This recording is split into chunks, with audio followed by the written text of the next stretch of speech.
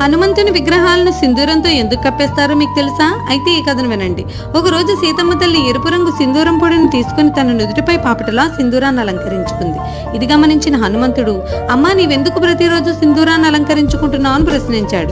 సీతమ్మ దానికి సమాధానంగా, నేను ఈ సింధూరాన్ని నా నుదుటి పాపట తీసుకుని పెట్టుకోవడం ద్వారా నా భర్తకు దీర్ఘాయు చేకూరుతుందని హనుమకు వివరించింది. ఇది విన్న హనుమంతుడు వెంటనే వెళ్లి తన శరీరం అంతా సింధూరాన్ని రాసుకున్నాడు. తను ఇలా రాసుకోవడం వల్ల తన రాముడికి అమరత్వం కలుగుతుందని హనుమ నమ్ముతాడు.